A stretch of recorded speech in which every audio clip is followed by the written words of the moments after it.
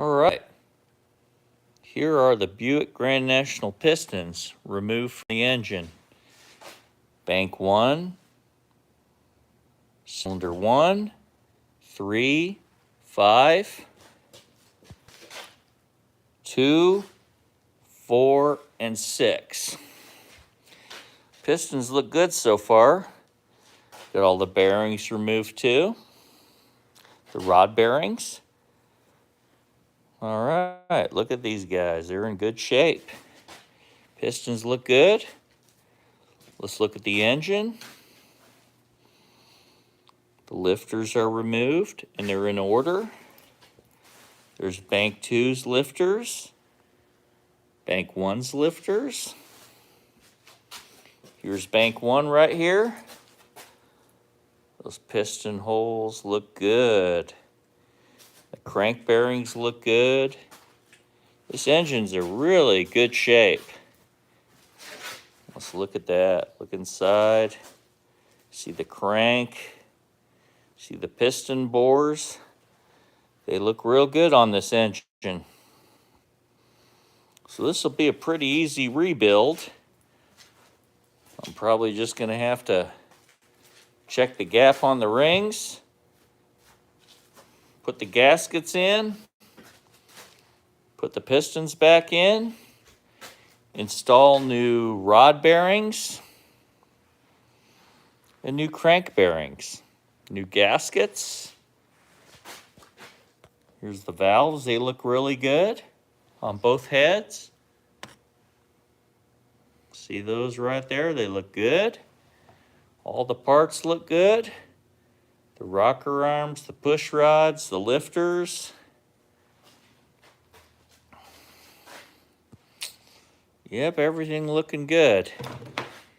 Here's what the firing order looks like. 135, 246. The actual fire ordering is 165432. 1, 6, 5, 4, 3, and 2. Well, 2, right there. I always like to draw a nice little diagram of where my pistons go. But the engine is disassembled. Pretty much the only thing left to do is remove the crankshaft. I'm thinking about changing the cam out too, which I have to take the time and cover off. Take the time and cover off. There's the crank. I'm going to remove the crank and change the main bearings. See the crank right in there. The crank bearing surfaces look really good. This engine's in really nice shape. It really doesn't have a lot of miles on it. The way you can tell a Grand National engine from a regular 3.8, besides the part number, is it has this area right here where the oil return line from the turbocharger goes. That's how you can tell a regular Grand National engine from a regular 3.8. The regular 3.8 doesn't have this threaded hole for the oil return, which is right here. That's how the oil returns to the engine from the turbocharger. See, right there. Only Grand Nationals have that factory threaded hole. Yeah, take a look at the engine. Yeah, it's a good looking engine.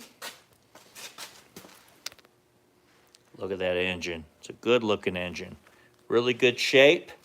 So that'll be a really easy rebuild or refresh for this engine when I put in the new bearings, new gaskets, seals, everything like that. It's going to be a really easy engine for an overhaul.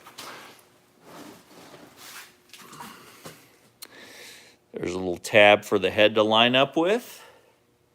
Right there. 1 tab, 2 tabs. I'm going to clean the timing cover off.